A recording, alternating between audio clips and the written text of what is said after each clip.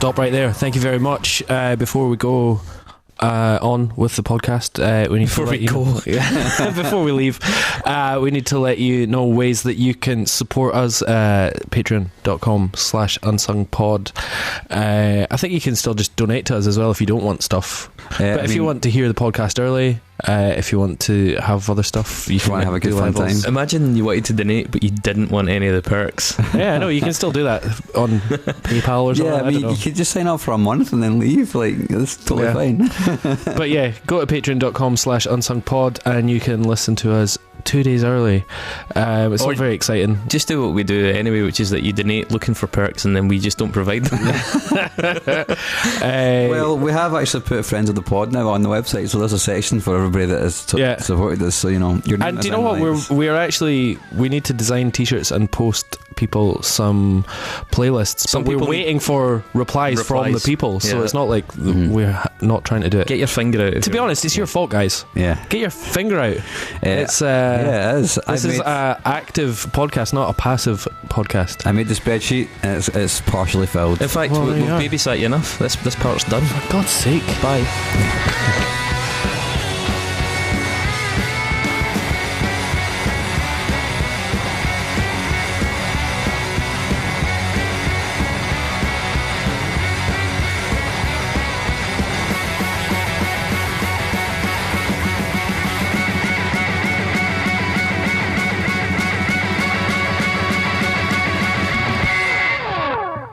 Hey, we're getting dancey this week.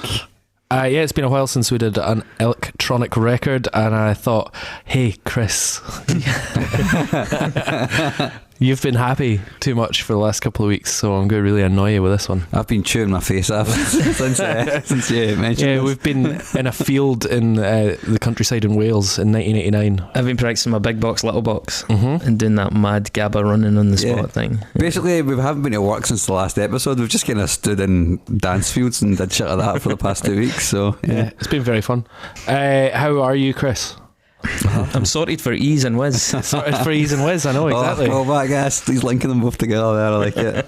I mean, I'm getting over the overdose of Britpop. Yeah, that was the research period. I think we should thank everybody for listening though, because a lot of people loved that. Got a lot of comments, got a lot of interaction. A lot of people in dismay. Much like us. Yeah, why are you making us listen to this? A couple of people actually said to me that the first episode is one of the best things we've ever done, and I think somebody commented somewhere, I don't know where it was, I think it may have been on Twitter, saying that you should do more things you don't care about because you seem to be really good at that. Well, pretty much. Chris is probably onto that this week, to be honest. 2/3 of the albums that get nominated, I'm with you. It was good fun, and it also seems like loads of things coincidentally have popped up in the last week that are all on that theme of Britpop. Yeah, did we not say though in the last episode that it's like now going to be 25? It's like 25 years. Yeah, like, and then it's like all these tours got, and it's like Sleeper are touring with the Blue Tones, playing the two albums that we mentioned. And yeah. There you go. What a time to be alive. Both times, now and 25 years ago. Have you had any non-Britpop cultural highlights from the last couple of weeks? Yes, I have one. I watched Top Gear. Hey, do you know what? The new Top Gear is actually not shit. Yeah, it's pretty good, right? No. What's that? It's satisfying fun. junk TV, It's and fun. It doesn't involve Jeremy Clarkson anymore. Who's on it? It's got Paddy McGuinness. And Freddie Flintoff and a man from YouTube. And do you know what? It's quite wholesome. It doesn't prey upon the weak. It doesn't have Richard Hammond the hamster involved in it. It's quite fun. Like, considering it's Top Gear. Freddie Flintoff's the guy that's on he's a world famous A League of Their Own. Yeah. You guys are fucked in the head. That's terrible. Seriously, it's Dave, genuinely. Your hair looks a bit like Freddie Flintoff as well. Oh, that's fine. I'm going for the Gaza 96. My cultural thing was that Lawrence Fox was on it this week, which is abhorrent. Oh, what? Really? Yeah. That was obviously recorded a few months ago before he was cancelled. Wearing a Jordan Peterson t-shirt. Oh my. Fuck off, really? Yeah, man. We should all bow our heads for Jordan Peterson, a man who's struggled in the last year with his newfound multi-millionaire status. We're not allowed to laugh at his I don't struggle. think Yeah, I don't think any of this ilk should be cancelled, but I think they should definitely check their fucking privileges. It's because he eats only beef. It's going to fuck your mind. Yeah. Eventually. Maybe he's got CJD. Maybe. From eating just far too much beef. He was playing Russian roulette with like 5 in the chamber. And that's it. And apart from that, no other cultural I didn't actually do it. I think probably the most cultural thing I did this week was watch a horror film about a haunted Polaroid camera. Nice. I don't recommend that. I did watch Uncut Gems, which I recommend. Oh, apparently it was terrific, yeah, and really uncomfortable. Oh, yeah. I went to see Parasite. Oh, was it good? Oh, that was good. Fucking brilliant. That. Yeah, I really did good. see that. Yeah, brilliant. Uncut Gems is like a 2 and a half hour long panic attack. Yeah, I liked his film The Host as well. Yeah, The Host was amazing. Good. And then Snowpiercer as well. Snowpiercer. He's a great director, man. He's a really good director. Yeah. So we're joining a chorus of people saying Parasite's good. That's not exactly much of a hot take, is it? Yeah, no, but do you know what's funny? I went there on the Wednesday after it had won the Oscar, so it was a Meerkat, 2-for-1 Wednesday at the GFT, and my God, the entire South Side and West End were all there. It was hilarious. It was Cheap like, bastards, this is the place to be for people that read The Guardian. So, yeah, and I was obviously one of them. In between that, I was cutting about listening to really old dance music because of you, David, which isn't really something I expected to be doing. Do you know what we should just say before we go into this? Yes, we should. That we are recording this the day after hearing that Andrew Weatherall has died at the age of 56, and he's somebody that we've touched upon a few times. I think we first probably mentioned him in the Twilight Sad episode. Yeah, we did. But he's also been he was in Blank Mass Fuck Buttons episode. Yeah, he was also in a couple of Nexi, I think, just as an intermediary. And it's interesting that last week we were talking about Britpop, this week we're talking about 90s dance music, and Andrew Weatherall seems to be a titan in sort of both circles. Straddles them, definitely. And in sort of just general British music circles, he's gained legendary status. Really odd thing. Like when I was listening to this record, Spotify does the thing where it automatically moves on to the next whatever. Like one of the songs, Screamadelica, came on right after. So he produced Primal Scream's Screamadelica.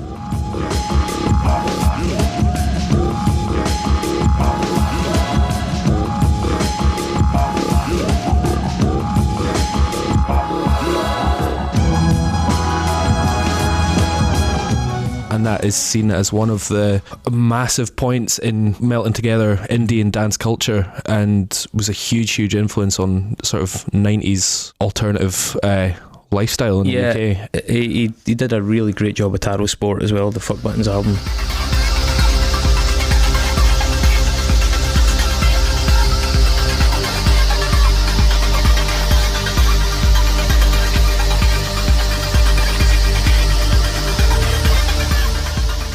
Yeah, got a lot of praise for that.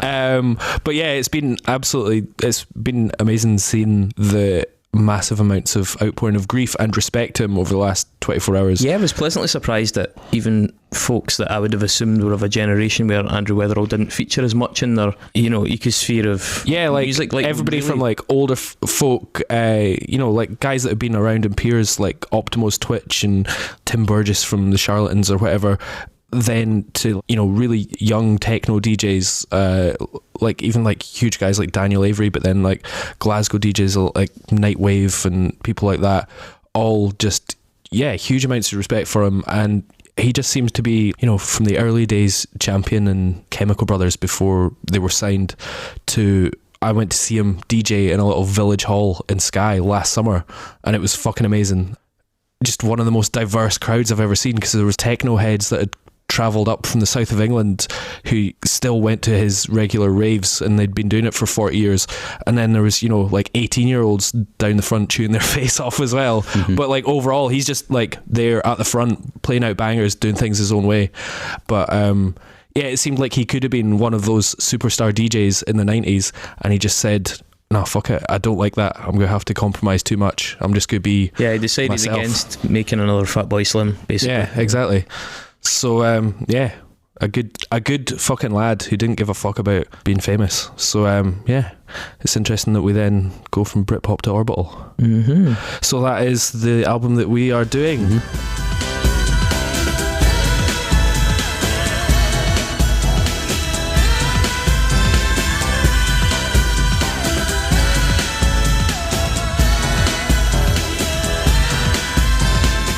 We're doing. Can I just say on the Andrew Weatherall theme, he remixed the Orb, and I definitely had problems distinguishing between the Orb and Orbital. Thank goodness for search engines. Yeah, I mean, it's, in a way, like, that's a good link, right? Because this Orbital album, The Middle of Nowhere. Yeah, this comes out in 1999, so Britpop has just keeled over, basically. Yeah, you know, and this is actually a good link, I guess, between. Well, yeah, this straddles Britpop as well, though, because the Orbital started in 89. 89, yeah.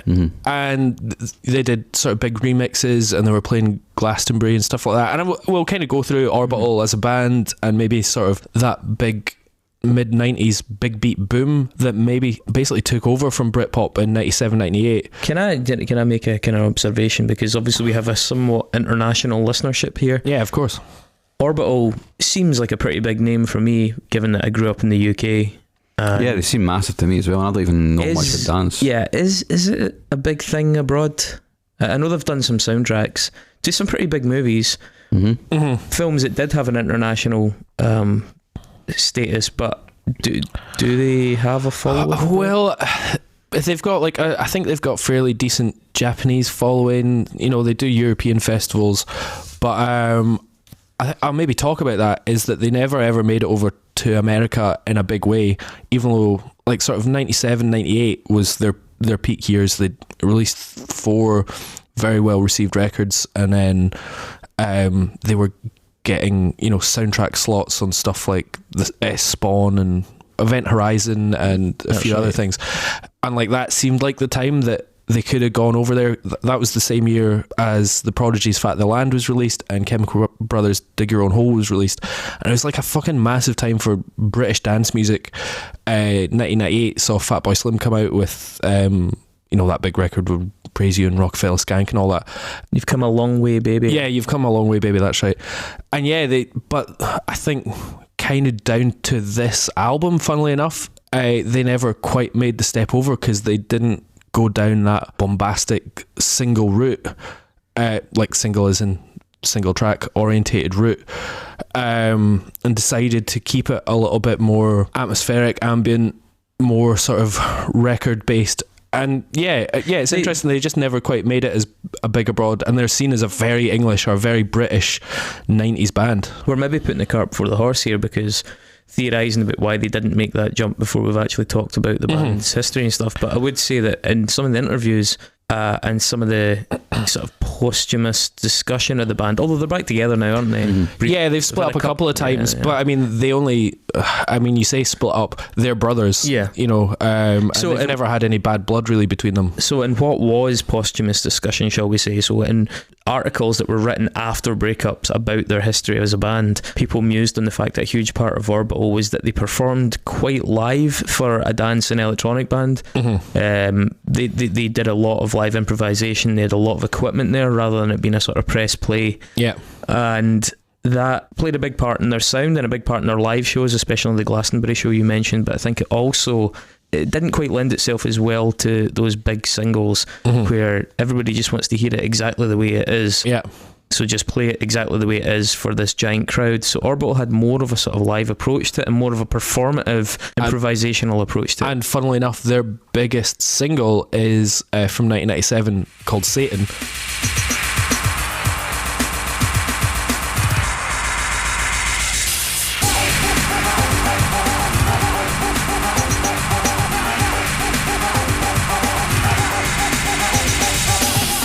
But it was a live version that they released of a track that was 6 years old, and they re-released that live version to sort of, it was at that sort of big beat peak in 1996, 97, and that was the one that people jumped on, but it kind of was out of canon, as it were. Yeah.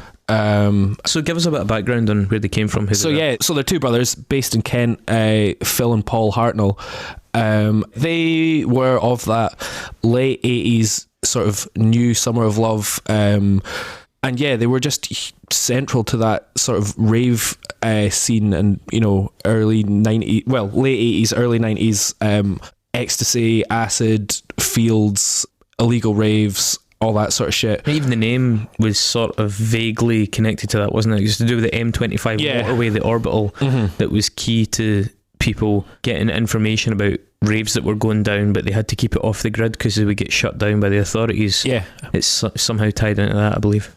So yeah, but the two of them as well, they're fairly quiet in the press, but they have talked about like their influences and stuff. And much like Andrew Weatherall, they are as much influenced by early electro as they are by punk rock and sort of post rock sort of stuff.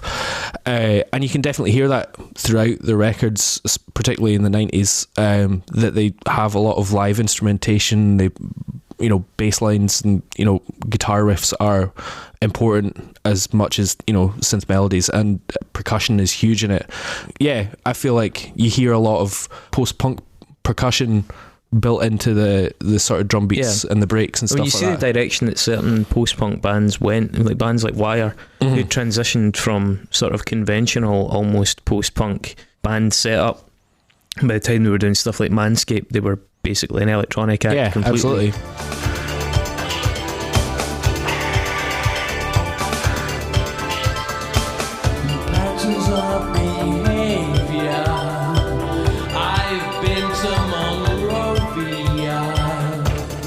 Yeah, so in 1989 they released Chime, and it was already a massive anthem in sort of rave and club scenes. It was recorded in a cassette player under the stairs in their parents' house. Yeah, which is mad because it then became a huge sort of track that was shared between DJs, and then it was shared on mixtapes and stuff like that. And it got them on Top of the Pops. Yeah. So this was like absolute peak of acid house and illegal rave sort of stuff.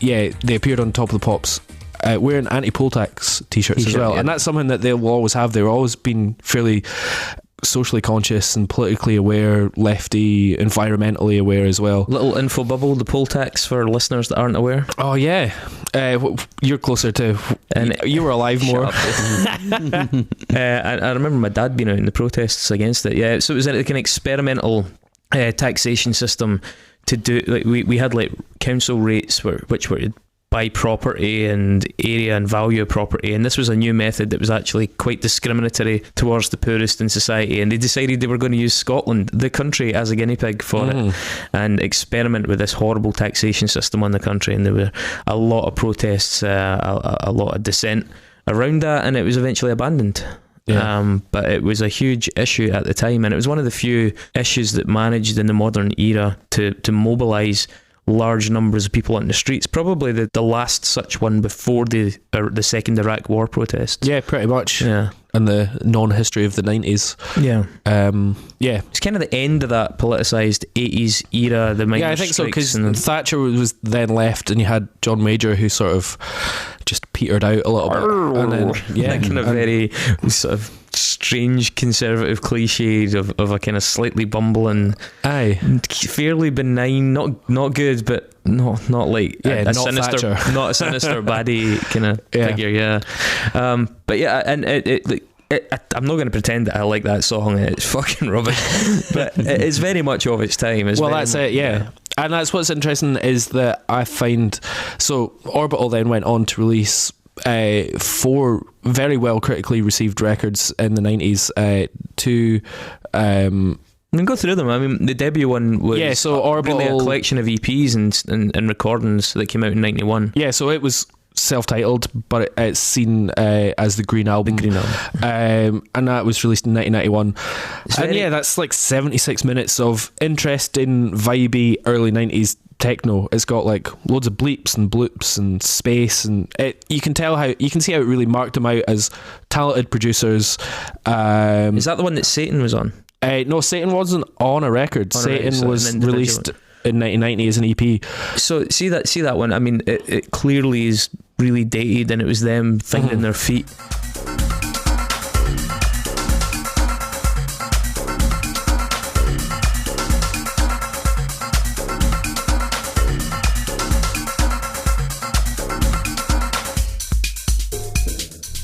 There's an interesting thing that I think will become relevant to the one we're talking about, that I find it very, very cheesy, but I also find it really, really sincere. Yeah, that's Totally. kind of what they do. It comes from like a really uncontrived place.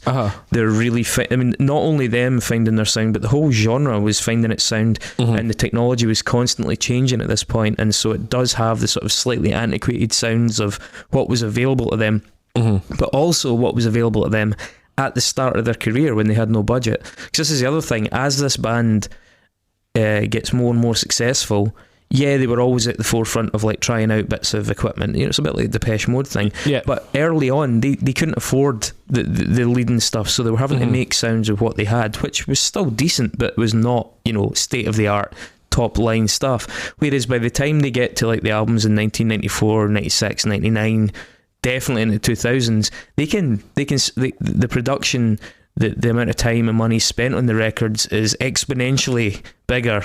And I don't necessarily know that they get the same returns from. They certainly don't get exponentially better returns from the exponentially larger budgets and better access to equipment they have. Yeah. So although that is very dated, that record, there's something really likeable about it because it is so earnest and kind of... Yeah, and you can tell that they're trying out little things. There's like a ravey bit, and then there's a big, more spacey big beat bit, and then there's like dubby bits.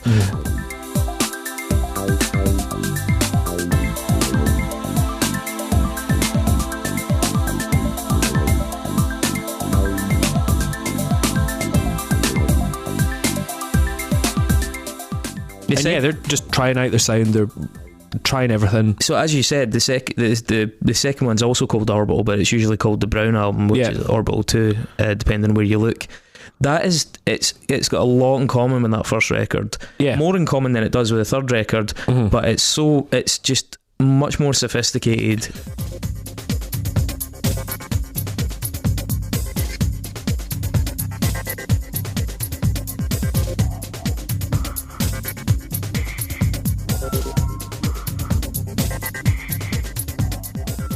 It's a good record, actually. Yeah, it's I really like it. strong. I think it's one of the most listenable ones.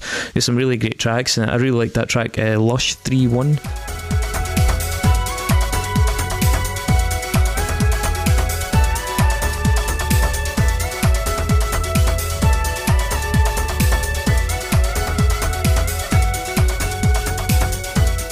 Yeah, Lush 3-1 and Lush 3-2.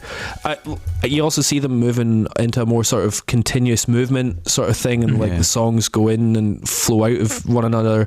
There's a thing in it, we're talking about the kind of lack of sophistication of it, but it benefits the music. And I think, like, say for example, take examples from other genres like Joy Division or Jimi Hendrix. Joy Division and Jimi Hendrix clearly have...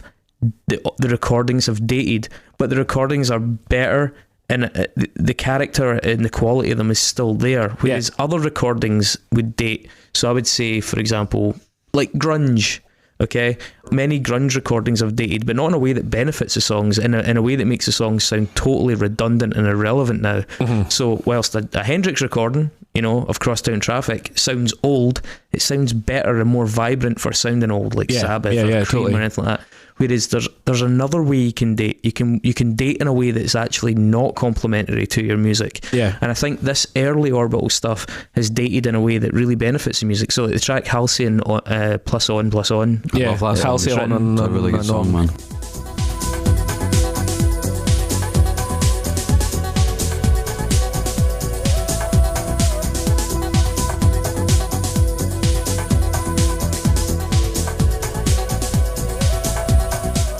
That was actually written about his mum's tranquilizer addiction, apparently, or their mum's tranquilizer addiction.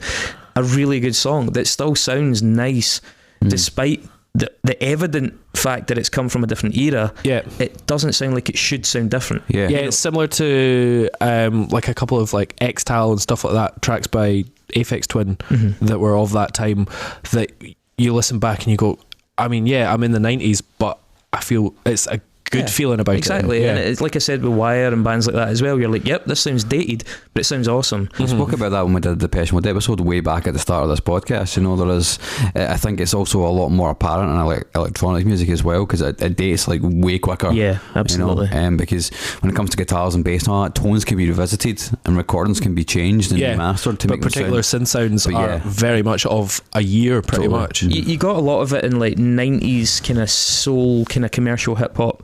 Like the sort of 80s hip hop has dated in a way that is much more it's kind of more aesthetically pleasing to the ear. It's like, kinder to the music. Yeah. And you hear a lot of the 90s hip hop where the production values were actually slightly higher, but it dates in a way that's actually detrimental to the sound. It's like, oh god, listen to that. And it's the same with, like I said, with grunge and some of the punk that came out then. It sounds old, not even as old, but it actually sounds worse for it. And I think that's a phenomenon that's going to be interesting as we go on with their career, because I think that ratio switches for me. Yeah. 1994, they released Snivelization.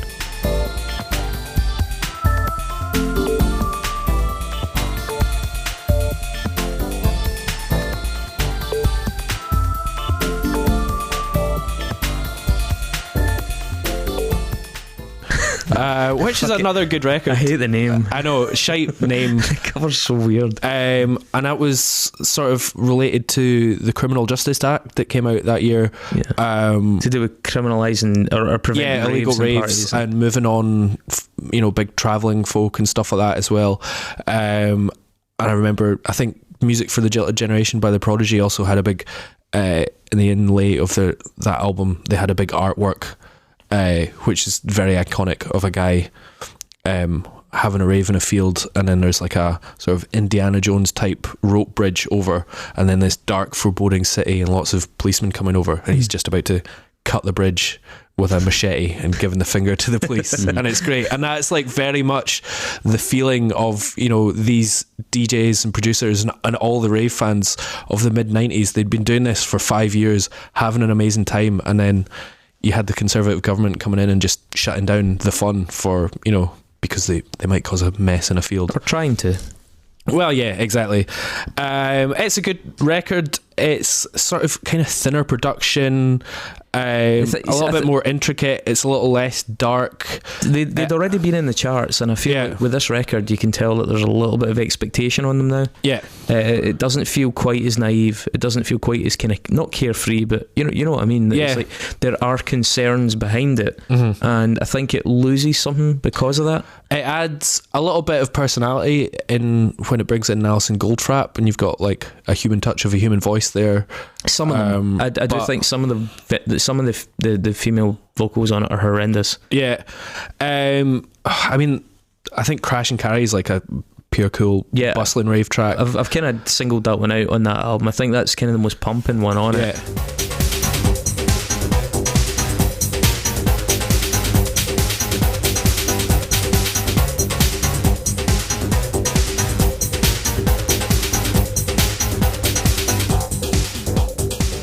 It does sound dated, but it does still have a lot of character and a lot of energy behind it that comes across. Yeah, and then Are We Here is the track that sort of references the Criminal Justice Act, and that's like a big interesting 15-minute long of electronic sort of progressive music.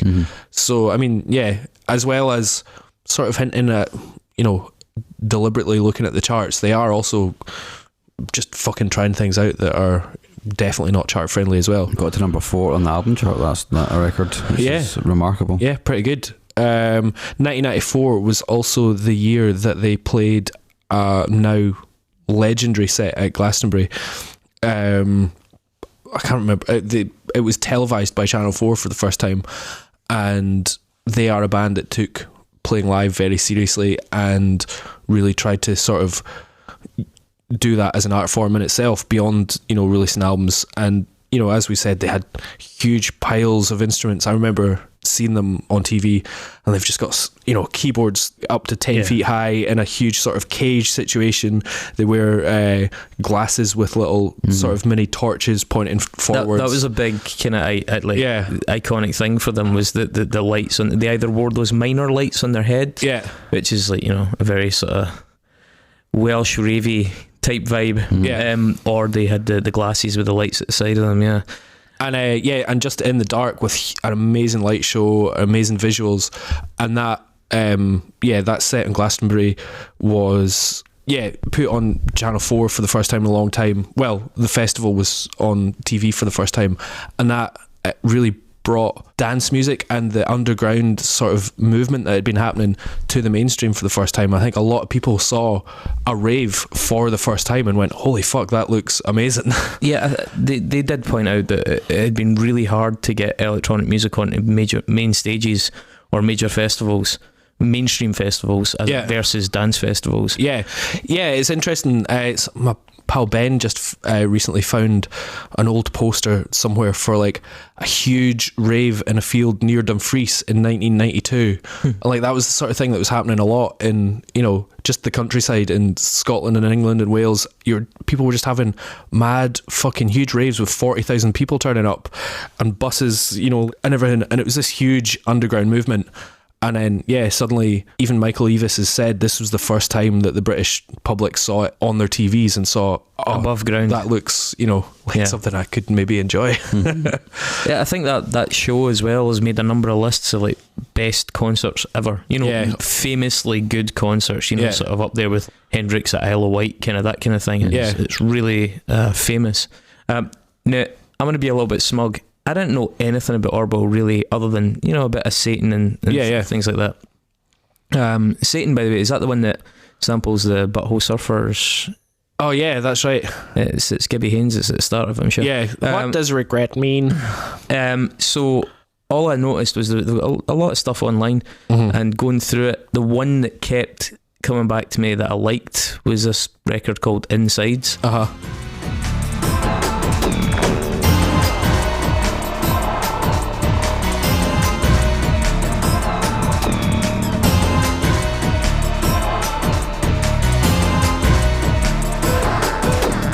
And I'm pretty chuffed to know that now, looking at all the lists, it is unanimously seen as their best record. The best record. And I was like, yeah.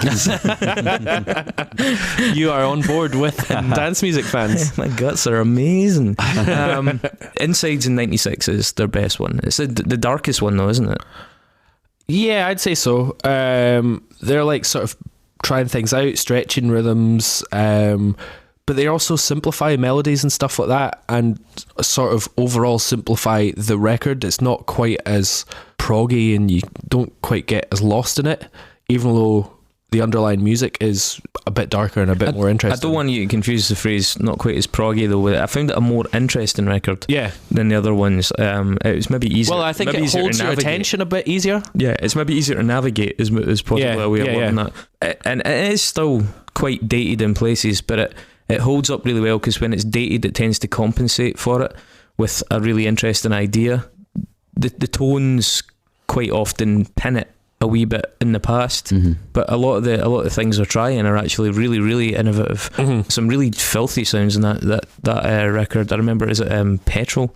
Is one that's got this really ugly kind of grindy tone that goes under it, and it's sort of doesn't really match with the rest of the song. It's asynchronous kind of waveform that they've just ground through the bottom of this song to muddy it up, and it works really well. It gives it an edge that a lot of the other stuff lacks. It's like with the other stuff can be either too sparse or too clean, or just, you know, this is my one complaint about Orbital, is that I find that it's all very precise. It's sort of like, I know they sometimes add a bit of saturation onto it or get it a wee bit crunchy, but it still feels very much like a computer. You know, and I think that part of it alienates me a wee bit. I do like electronic stuff, but I like it to be have a bit of the analog about it, and sometimes they lack it, whereas I think on this one they get the closest to that. I'd heard, it turns out when I listened to this album, I'd heard Petrol before on the Wipeout soundtrack. Oh really? It's in the game, right, so, that's it. It's like very Wipeout-y. And there's a song on the other record as well, which is also on the Wipeout soundtrack, and it just totally fits. It's like, because that game is just, at the time it was rapid, you know what I mean? Yeah, totally. I don't know how you actually say the name of the track. The DWRBUDR. That's Welsh, isn't it? Yeah. Durbidur.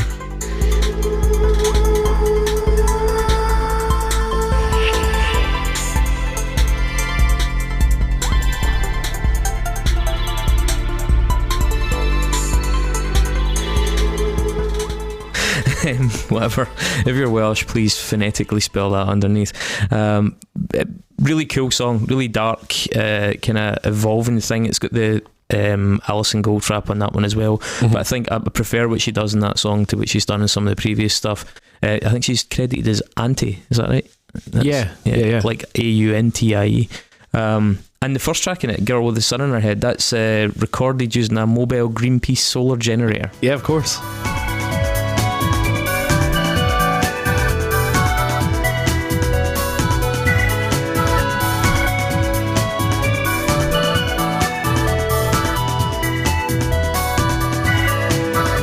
There you go. So why not? They were quite a political band. Like, for an electronic band, it can be hard to kind of cram messages into those. But on already a number of the songs that we've mentioned do have quite a lot of political content, or they're not context free. You know, the band weren't living in a vacuum. They're quite engaged with the things around them and doing some quite kind of cutting edge stuff with their messaging. Yep. So Insides was released in 1996, and then after that, very well received. In 1997, they had the biggest year of their career without actually releasing a record. They contributed to The Saint.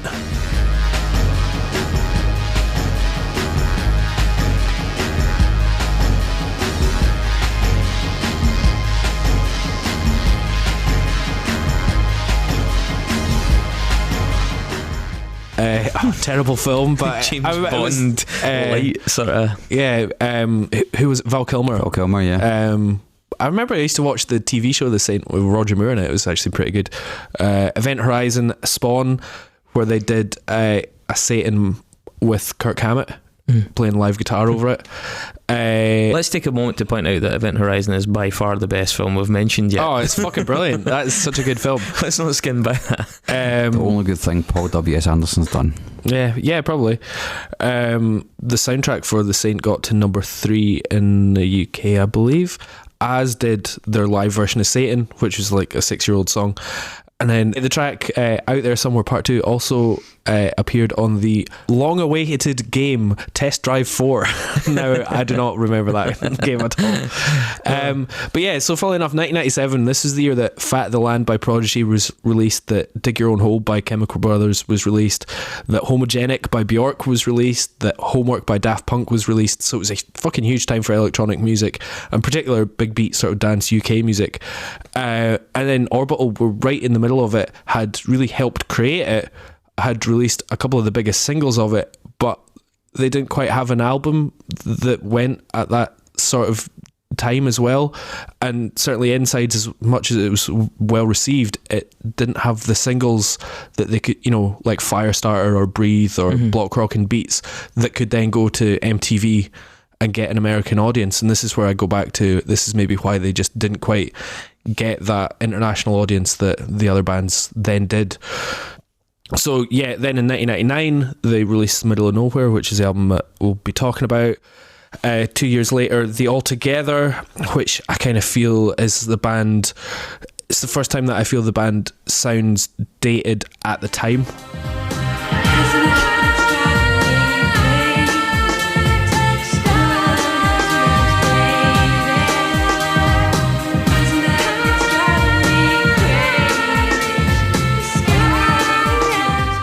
Like when it comes out, they are releasing stuff that sounds like it's happened before, rather than them pushing boundaries. I actually think that there are moments on Middle of Nowhere, we'll go through it in more detail, but I think there's moments in that where you can tell they've been slightly taken aback by how good the Prodigy were at that point. Yeah. I think there's a couple of moments in that you're like, what does this sound most like? It sounds a bit like Prodigy, and Prodigy did this 2 years prior. So I think that you're right, there's an inflection point in around here where they stop being ahead of things and they start definitely on it, and then eventually slightly behind it. And it's probably seen as their weakest record, if not they start to be a band I don't think the recent one hasn't met too much acclaim.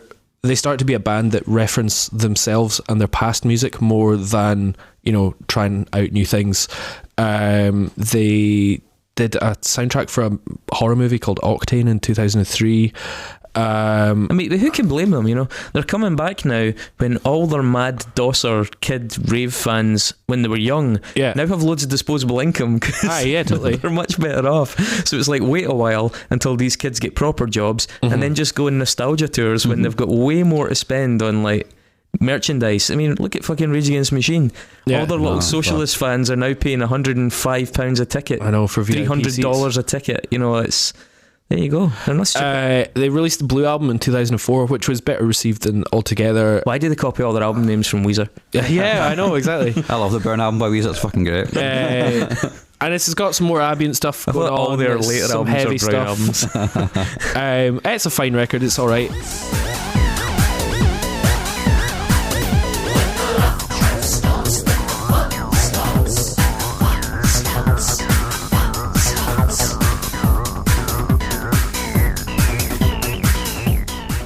But they split up for the first time after this in 2004. One of the last ever shows I was there at T in the Park in 2004. It was fucking amazing. There is apparently a pattern on Orbital's records when they release an album that is more kind of dance orientated. It uses the oval on the front. And when they release a record that they consider to be more poppy, they turn the oval into a circle. And then they released an album called Wonky, which I'm sure you're about to talk about, that kind of plays on that. So in 2012 they came back. Well, they'd been doing some big tours, and after a couple of years they realised, we should maybe make some new music to go with all the big fucking lucrative festivals that we're doing.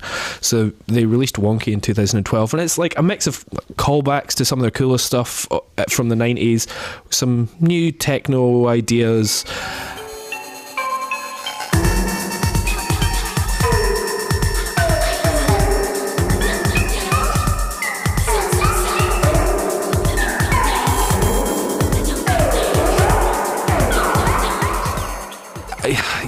As I say, it's kind of more about callbacks in their own career than doing new stuff.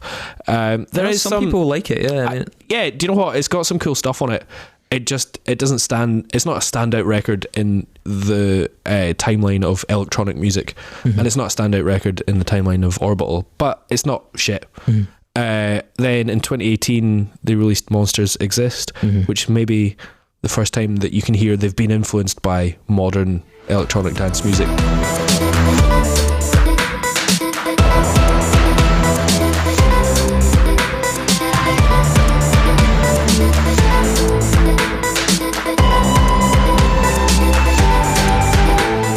They've maybe listened to some EDM and shit like that.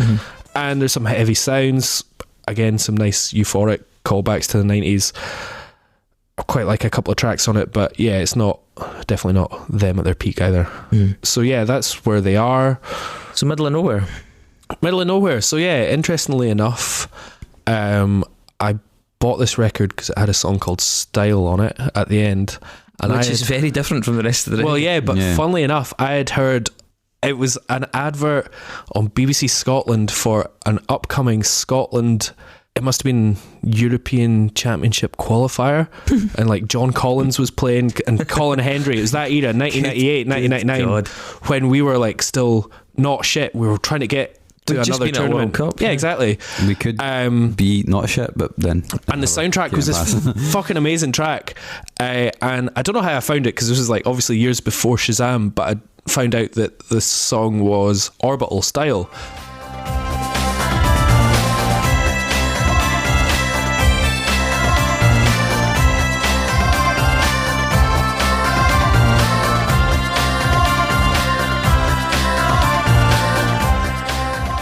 And I bought this record and I skipped to track 8 and I was like, this was like back in the days when I got one CD a month because I was 11. I remember phoning Radio Scotland to tell them I'd been listening to the radio at such and such time. Could they tell me what song it was? Well, maybe I did that. I don't know. The song that I'd heard on the advert was this huge big beat version, and it had bagpipes in it, and that was like why it was on the Scottish football advert, and it was like big fucking Prodigy style. I was 10 years old, but I was hugely into the Prodigy and Chemical Brothers. I was a little it was great. And when I listened to this style on this record, I was like, oh, that's way not what I was expecting. This is like a little thin stylophone happy melody sort of thing. But anyway, I would have been 12 or 13 when this record came out, and I hadn't quite got into metal as much as I would, but I was still sort of in my dance phase. But yeah, somehow I just totally clicked with this record, and I used to play it fucking absolutely non-stop. And yeah, for me it's an interesting record I've only been old enough to drive a Nova. Well, oh man, I'd love to have fucking Nova or a wee Fiesta XR2 or something. Yeah, I find it's a weird record in that it never really quite get talked about ever by Orbital fans, and certainly not by dance music fans talking about the big albums of the 90s. It was released slightly just after that huge boom in dance music. It had the Prodigy and Chemical Brothers had released huge stuff. Fatboy Slim and stuff like that were massive. And yeah, the UK was like sort of mad, was ready and mad for like big, huge, heavy beats. And then the album came out, and obviously it was like Orbital had released 4 very well critically received records. So everybody listened to it, and everybody, oh yeah, no, that's a good record. But I had nothing that was like bombastic or stuck out. There was no huge singles on it. There were no fire starters. There was nothing like that. Got to number 4, and it sort of slinked out of the album charts and sort of into obscurity. And yet for me, it's been interesting going back to it. But it's not an album that I haven't listened to for 20 years. I do go back to it every couple of years, and I personally think this is Orbital's best record overall as a listen. I think it's like their most rounded, most satisfying listen from start to end, and I think it sort of just flows best as a piece of work. I think it's interesting because it works within quite narrow parameters compared to their previous 4 records. I think they're choosing from a smaller sonic palette. They've sticking with certain synth sounds and certain drum sounds. I think overall the production is very clean, but yet quite forward thinking and progressive, futuristic. You're probably right about the palette, because it is quite hard on this track until you become on this album, until you become familiar with the tracks, to know when you're into the next track. Because like there are a lot of similarities in the tones, and that's not a criticism. It has a consistency to it as a result of it. And I think a bit like Insides, it has a few tracks that have dated well. Yeah. But I also think the majority of it, I think, is. I don't have the nostalgia value, to be perfectly honest. And that's what I was interested in talking about as well. And that this is a very nostalgic album for me, going back to a very naive time in my life, or an innocent time in my life. Just prepubescent. You've never had an innocent time. But I think for what some people will see as its weaknesses, I see kind of as its strengths. Like I used to love to put this on to fall asleep to. I used to always fall asleep to music until I got in a podcast, and I listen to podcasts to fall asleep to. I'm scared to be alone as well, Dave. But this is like an album that I'd put it on, but I'd sort of stay awake for half an hour to listen to to most of it, and then gently fall asleep. I also love to put it on when I was playing video games, because I did play video games between the ages of 11 and 14 before I discovered your penis. My penis. And I still play a lot of video games, by the way. He's forgot about his penis. Yeah. And this was back in like 99, 2000, and I was playing shoot 'em ups like Unreal and GoldenEye. Nah, I didn't have I had a Mac, so I didn't have consoles, but it was like Unreal and MDK. Do you remember that? Yeah. MDK, the soundtrack would have went quite close to this, actually. Yeah, that's true. If we ever do a video game spin-off, MDK is an unsung classic video game. But then things like I've got a few things to say about that, but we can talk about that on the other show. And to me, this was like a perfect soundtrack to futuristic sci-fi worlds. The melodies and the synth sounds and all of those things that maybe in context or without that nostalgic factor have dated, to me makes it very timeless for me. I think also the scenarios you described, whether it's video games or falling asleep halfway through, are ones that don't highlight the fact that it gets pretty baggy just beyond the halfway point in this record. Yeah, I mean, going back to it with a critical ear, there are definitely chubby bits that I would cut out if I could. Do you want to take us on a wee tour? Yeah, so I was just going to say though, funnily enough, I realised this came out around the same time as The Matrix, and it'd be an ideal soundtrack for The Matrix, and I think Yeah, it The would. Matrix and The Matrix soundtrack, Or maybe to the big horrendous underground rave, The rave. song in the Matrix where you then sequel. see Keanu Reeves' bum as Yeah. well. Jesus. But yeah, I think The Matrix. No, he is Jesus. That's the point. That's the whole point. Yeah. I think The Matrix and The Matrix soundtrack were very heavily influenced by Orbital and the worlds and sounds that Orbital had created. So yeah, that was just a funny wee aside.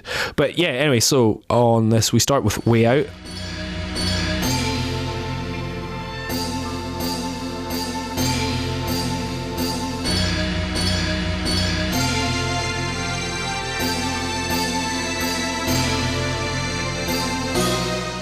So kicks in with like sort of big synthy splashes, and yeah, this is like going back to that thing you were doing with you talked about in the first two records, where it's quite naive, sort of big simple melodies, but it works for that. I like the tones that this starts with. I Nice don't. chimey chingy stuff. Yeah, I think I also like the fact it's a bit of a space Mexican vibe. Let's go. Yeah, It's definitely, it definitely has like that D.I. Derbyshire influence, like that. They can totally hear the love Doctor Who. Yeah, And yeah. obviously that later go on to play a factor in their career, but you can this song would be perfect to a Doctor Who like soundtrack for sure, man. Yeah. Like, you can hear it. Oh yeah, we didn't mention they had a Doctor Who cover on. They all together. Yeah, all together.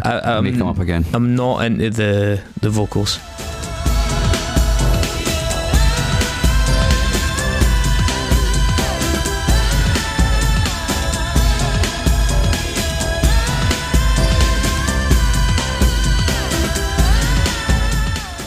I think it's something that really sullies this for me. It's a 90s dance thing, right? Like this, Oh, yeah, the you amorphous female vocal. Like, Yeah, I know, because when you're It's pinging not- on Eckies, you need to know there's a human there. Yeah, the thing is, it's a 1999 Yeah, dance totally, record. yeah. There was people doing Absolutely other agree. stuff, Absolutely and I agree. don't think it Yeah. does it any favours. It's right at the end of that, and I think it kind of drags it back. Yeah, because you've got like the big beats sort of stuff, and the brass backing actually is really nice. That the production like builds up, and then yeah, maybe the female vocals let it down a bit or date it a little bit before Yeah. it then breaks down around 7 minutes, and sort of starts merging into the next track, which is Spare Parts Express. Which is one of their strongest tracks overall. Yeah, it's much more spiky, it's more organic, sort of slightly playful. It's got a great use of the envelope, the envelope work at the start of that track. The way the song just emerges.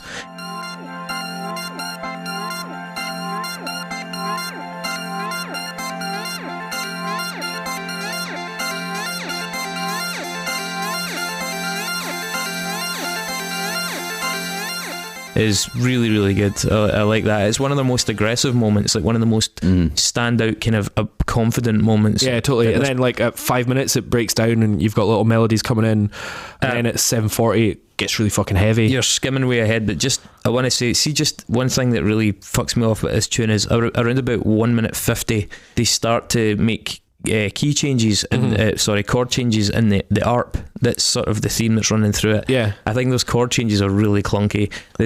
As somebody that uses ARPs, it just feels really poorly executed. You know, maybe with the advantage of like hindsight, there's something that doesn't sit well with the way those chords change.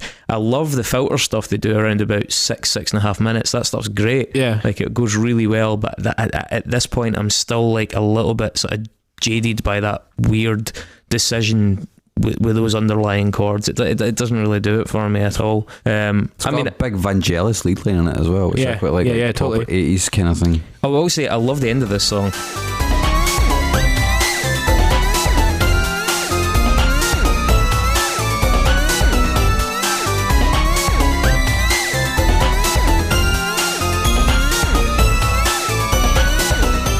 It gets this really from 7:40. It just goes like this really gonzo thing, like you're playing Totally. Rainbow Island or something like that. It's, totally. it's really good. It's just a really interesting direction that I think a lot of other, not just electronic acts, but even like metal and mathy rock acts like The Locust and stuff kind of went in that direction where they started doing this really madcap sort of electronic stuff at the end of tracks, and that bit of it's really inspired. By the way, this track also has a sample that we used in Newsround.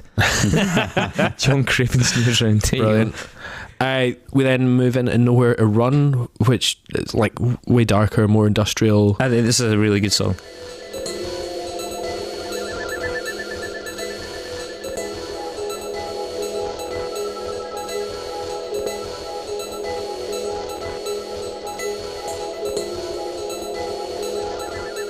Yeah, I like this, like, big cool bass line. Used in Wipeout, this song, when you can totally tell, because it does have that proper industrial feel. It's got some really crunchy digital distortion in it. Yeah, I think they use a lot of FM synthesis in this, so it's specific kind, and it works really well, especially that chimes thing at the intro, and that bass line that arrives about 1 minute 50 is really good.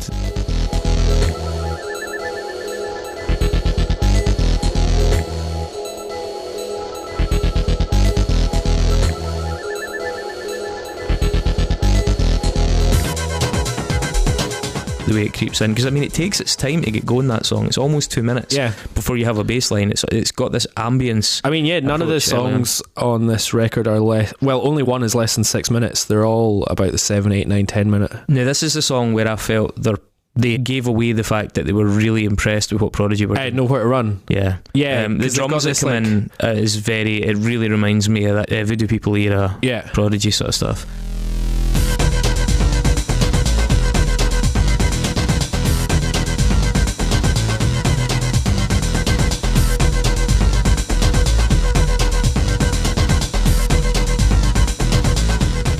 And it's like, it is a good track. They're good at doing it. I like the aggressive sort of vocals and drums. It is a big beat track, but yeah, you can tell within the context of it that they're trying that out, and that's maybe like can we do a big fucking it works arena dance track? It works. Unfortunately, it sounds like something that someone close to them has done a couple of years prior. Yeah. It is. I don't really rate the breakdown at 5:10. I think that dates it a bit, but I do think it ends really well. The squelchiness of the filters and stuff in the end is really good.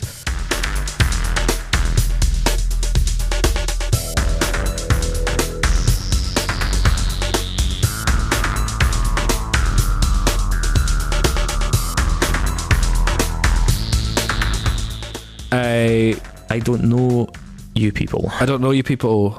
To me, really dated. One of the more dated tunes they do.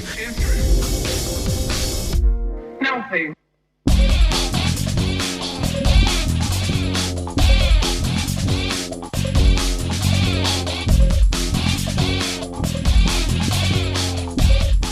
Bassline's decent, but the vocals in it just don't hold up at all to me. I like the drum sound on it, even though it is very dated sounding. This one reminds me of Spawn, by the way. This reminds me of those kind of like Crystal Method, those kind of mix-up recordings, because it tries to be a little bit metal almost. Definitely. They've got like the big guitar, like a lot of live instrumentation going on here.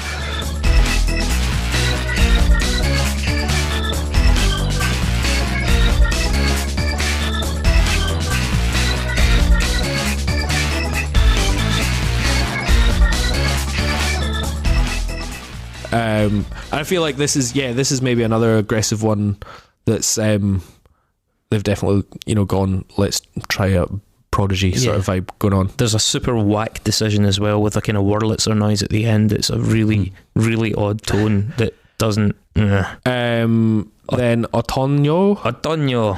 This goes back to like sort of being more ambient.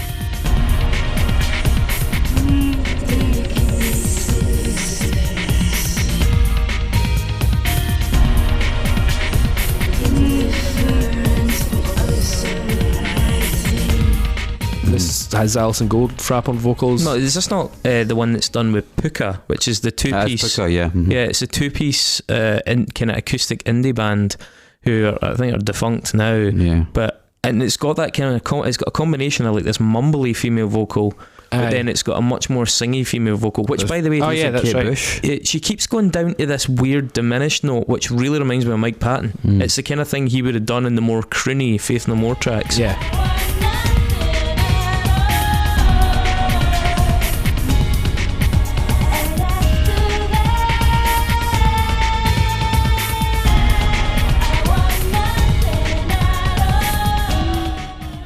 And the vocals are, I don't know. I couldn't really decide what I felt about the mumbly thing. It's like a really interesting idea, but it did also felt like it was like throwing a blanket over something. It was like it kind of dampened the whole thing. I couldn't come to a decision on that one. I thought it was quite hypnotic, the female vocal doing that. Like, it's certainly interesting. I can't criticise them for not. Yeah, I like that one. It's quite a nice ambient sort of atmospheric one. Then Nothing Left 1 and 2. Nothing Left 1. Sorry, this is the one with Goldfrapp on it. Sorry. Right, Nothing Left 1 sounds like the chase music from a Bourne film. Kind of creepy, innit? I think it's so basic, man. One of the notes I made as well was that at one point it sounds like the closing credits of a film about sexy psychic vampires in a space war.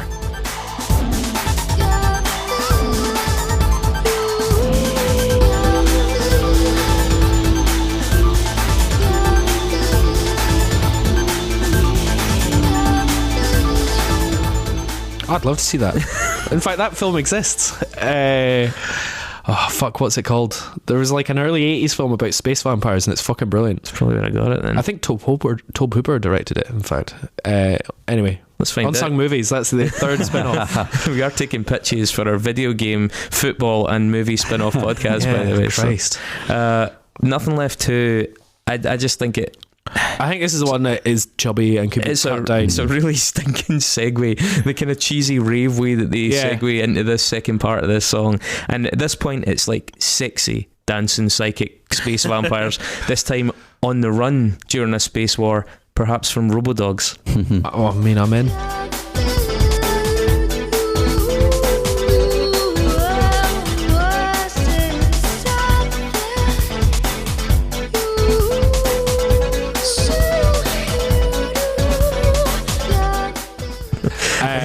But yeah, I think Nothing Left 1 and 2, like overall they totally fit the vibe of the album, and I've just realised that's probably around the time that I would fall asleep listening to this exactly. record. That's what I'm saying. It's like, so you weren't having to grapple with the fact that it was a little bit baggy at this point. Yeah, or it feels like it's run maybe I'm into the boss level on Unreal or whatever, so I'm not paying attention as much. It just feels like it's run out of steam a little bit by this stage. But then it comes back with style. Style's really nice. It's so different.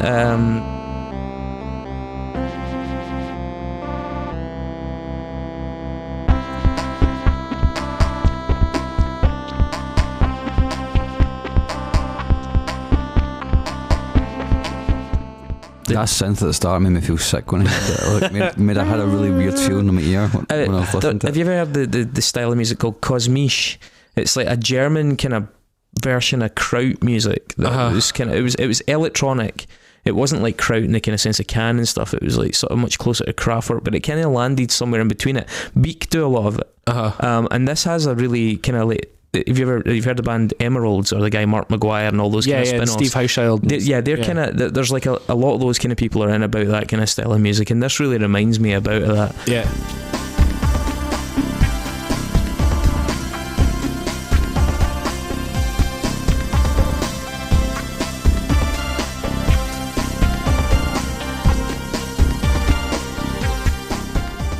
And it's got that little pop hook thing in the middle, which is quite nice. It's slightly forgettable as a track. I'm glad it's not the version with bagpipes. Maybe I'll send you that and we can put it in and you can see how it compares. But yeah, I mean, I think the album's fine. It's got some really good moments. It's hard for me to place exactly why I feel this one has more or less dated in a negative way, unlike say like the second one, for example. I think it's got maybe too many corny moments that kind of pull me out. Yeah. And a couple of times it tries too hard, like The Prodigy, sort of tracks 3 and 4, a couple of those moments, and a bit too much, like you said, them trying to make a bid for a big blockbuster kind of thing, even though it doesn't really seem to be in their nature to write those kind of songs. It would have been better if they'd stuck with what felt more natural. Yeah. I can get why you get it. I've got albums like this in my back catalogue as well, but I think I'm a new arrival at the band. I think the best album is Inside, but I think the album I would have chosen as the most unsung is probably the second one. Yeah. Which is the Brown one, right? Yeah. Which I thought was old-fashioned, but in a good way. Like I said, a bit more like that kind of Hendrix Cream, Joy Division, like where the oldness of it, the datedness of it actually helps it, versus just making it sound like it didn't quite last. Mark? Whatever.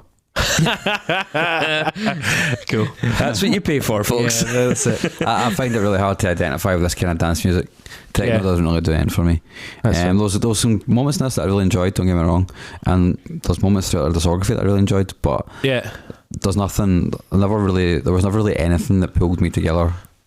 So I didn't have great hopes of either of you liking it, kind of because I knew it was a very nostalgic one and a very personal one for me. Yeah, and I don't think it's necessarily seen as an important or iconic one in Orbital's career.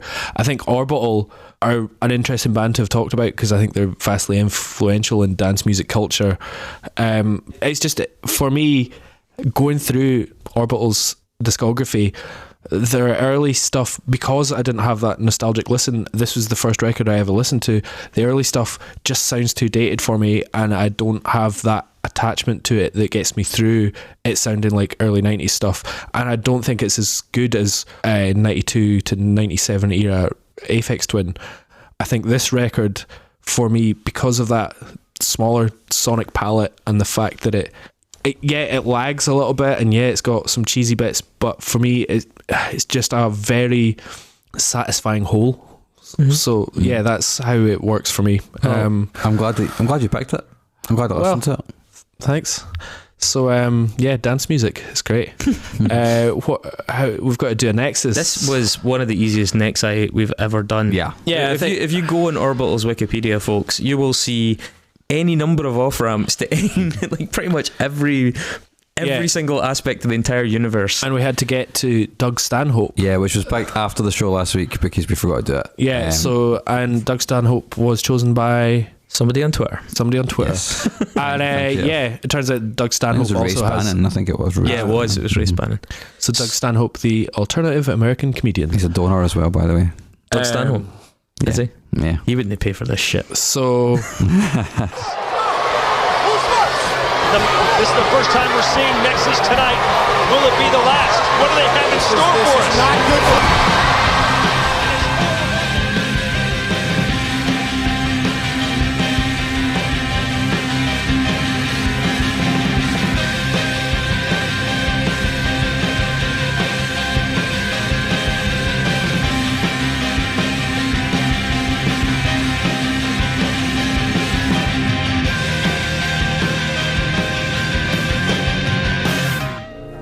Why am I here? You're in the Nexus.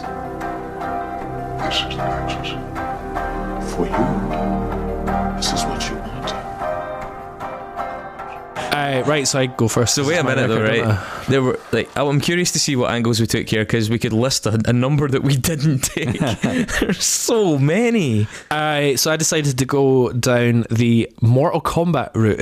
I didn't even see that one. I think there was a remix of Halcyon on Mortal Kombat. Yeah, appeared on Mortal Kombat. I did. Yeah, the movie 1995. What a film. Okay, I take it back. Mortal Kombat is better than Event Horizon. Actually, you're probably right. No, that is not true at all. So Mortal Kombat, also directed by Paul W.S. Yeah, I was going to say, starring, so much who's it starring?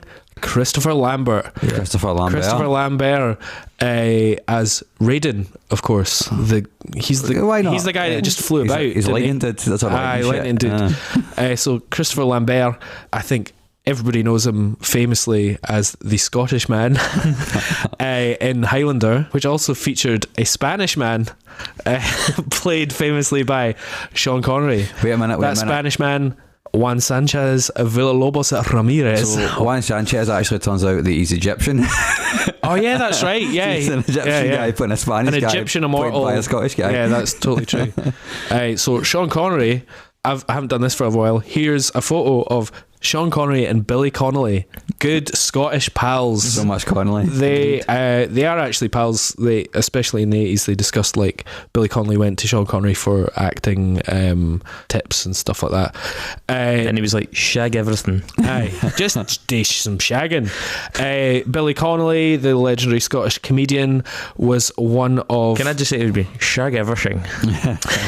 Was one of about 100 celebrities stroke comedians who appeared in a film called The Aristocats. Oh, I've seen that, yeah. Which was, the like Penn and Teller helm thing. Yeah. So it was a documentary about the joke The Aristocrats, which is basically an anti-joke, and it's also an in-joke amongst comedians where they tell this joke and try and make it as profane and as hilariously offensive as possible. It's quite an interesting and film. then the punchline itself is a total letdown. It's all about that build-up and the art of being profane. I remember I got that DVD when I was a teenager, and it had it's got fucking everybody: Billy Connolly, Carrie Fisher, Drew Carey, George Carlin, Bob Saget, and a very young Doug Stanhope also does his take on the Aristocrats joke, which I'm sure is NSF'd. It is, it's pretty grim, quite graphic. Involves blood. Yeah, Doug has he's got even recently he's had some patchy moments. Yeah, I don't think his weighing in the Johnny Depp Amber Heard thing went particularly well for him, and there's been a couple of things like that on his part. I've seen him. Have you seen him live? He's actually pretty good. I've seen him a bunch of times live. I've got less impressed every time I've seen him. Mm-hmm. Last time I saw him at the Academy in Glasgow, which is a huge venue for him. It was really underwhelming. Mm-hmm. The time I saw him at the King's Theatre in Glasgow, which is much smaller, I was there. I was at that one. Astonishingly I was at that one. That was it was fucking amazing, tremendous. Mm-hmm. So that will come up in mine actually. Mark, you might go next. Yeah. So in 2001, we've kind of spoken about it already. Orbital did a song called Doctor on the Altogether soundtrack. They would later go on to play Glastonbury 2010, and they played that very song where they were joined on stage by the 11th Doctor from Doctor Who, Matt Smith. Matt Smith, like I said, played the 11th Doctor. He was replaced by Peter Capaldi, who was then replaced by Jodie Whittaker, who's the current Doctor. But before Doctor Who, before Broadchurch, before she became even that famous, she appeared in the entire History of You, the Black Mirror episodes. Oh yeah, I remember that. And Black Mirror was written by Charlie Brooker, who is kind of mostly well known in the UK for his Wipe series, like Newswipe and Gameswipe and all that. Mm-hmm. And Doug Stanhope used to be in Newswipe, and he used to always start with, "I'm Doug Stanhope, that's why I drink." Yep. Indeed. There's some good bits in that as well, some of his best bits in those. Orbital played the opening ceremony of the London 2012 Paralympics. At that ceremony, watching Orbital play, funnily enough, was the Queen. Obviously, a big rave head. Mad in it. Her banger tune her face. Charles, but also Prince Andrew, who we've probably not heard much about recently, and Sarah Ferguson, aka Fergie. His ex-wife. They divorced. Yeah, that was like late 80s. They divorced. But I wasn't sure if they actually divorced or just separated permanently. Sure. Definitely divorced. Anyway, so together they have a daughter called Princess Beatrice. In 2008, there was a controversy after Beatrice. Her weight was publicly criticised by a Telegraph, a Daily Telegraph, which is a very conservative newspaper in the UK, journalist and sort of author of like really bad chick lit sort of Sex in the City, sub-Sex in the City type garbage. A woman going by the name of Alison Pearson. And then Alison Pearson apparently refused to take Fergie's calls when Fergie tried to pull her up on this. But it was a bit of a fuss. It was done on, I think this all transpired on a famous TV show over here called This Morning. Alison Pearson also publicly came out to voice loud conservative opinions about assisted suicide.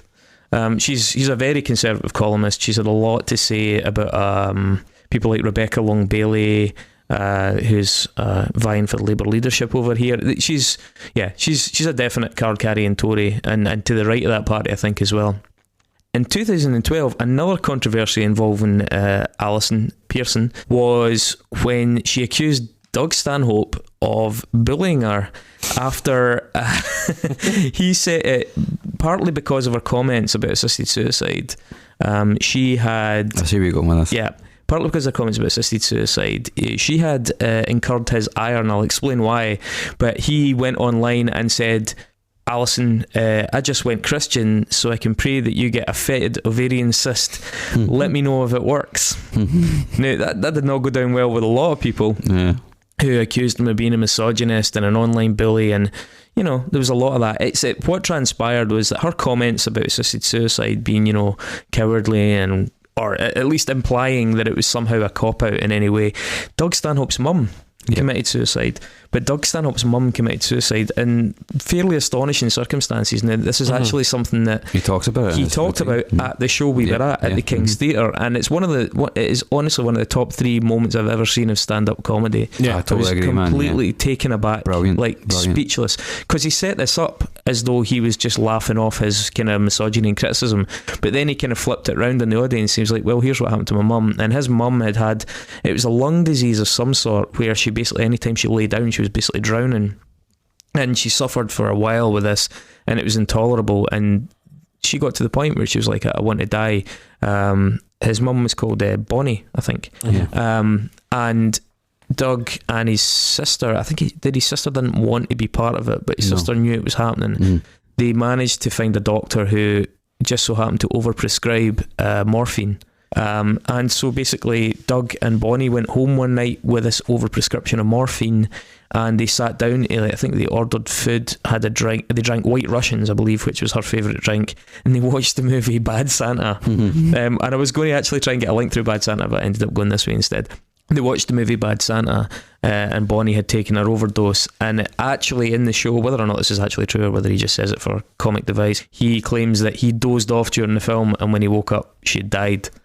But it is very macabre, obviously, but it was fucking truly moving moment of and live fucking comedy. hilarious as well. And also the way he delivered it was hilarious. It was obviously far better delivered than that, and it kind of turned the tables on the comments of that journalist from the Telegraph who had been so critical of people that opted for assisted suicide or even asked for it. But yeah, so Doug Stanhope. It was an oddly beautiful moment in a show which was just kind of quite vicious a lot of the time, and I still sticks out in my head to this day. It was truly brilliant. So there you go. Go to the Facebook page, facebook.com/unsungpod, and vote. Do you want Orbital in or out? I'm going to say I'm on the fence with this one, by the way. I'm not sure. Mark doesn't give a fuck.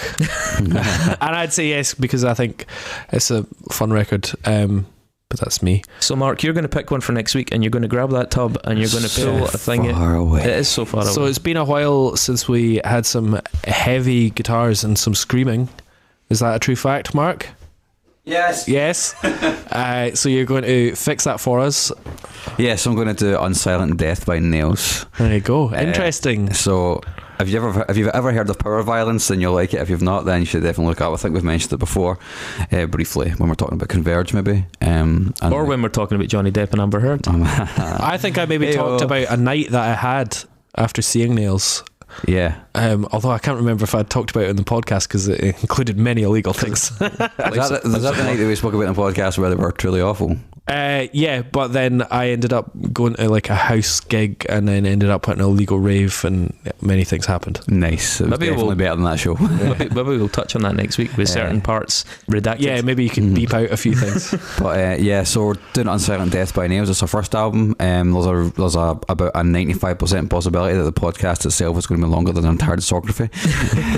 Yeah, I think that might happen. And what's the Nexus? The Nexus is, thank you very much for everybody who gave us your fucking ridiculous suggestions last week. Yeah, geez. Some corkers in there, I'll tell you that. Give an inch, take a mile. Yeah, but we appreciate it. It is the Unabomber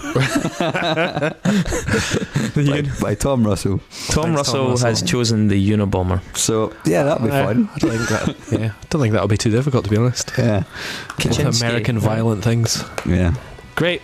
All right. Well, thanks for listening to me talk about being a prepubescent Dan said. I'm just coming up, man. I need to get going. Right, let's go. Off we go. Bye.